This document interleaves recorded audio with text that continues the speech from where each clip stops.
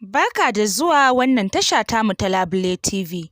Idan wannan shi ne zuwanka na farko, ka daure ka danna mana subscribe sannan ka latsa ƙararrawa yadda da zarar mun ɗora sabon wani aiki za ku samu sanarwa.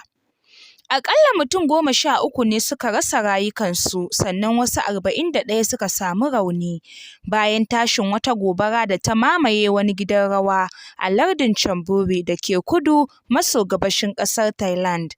Wutar ta ɓarke da misalin ƙarfe 1 na dare a ranar Juma'ar a gidan da ake kira Mutum Night Spot a gundumar Satef a cewar jami'an tsaro. Hotuna da bidiyon da ke yaɗuwa a kafar intanet sun nuna yadda mutane ke fita daga cikin gidan da gudu suna ihu, wasu da rigunan ci da wuta.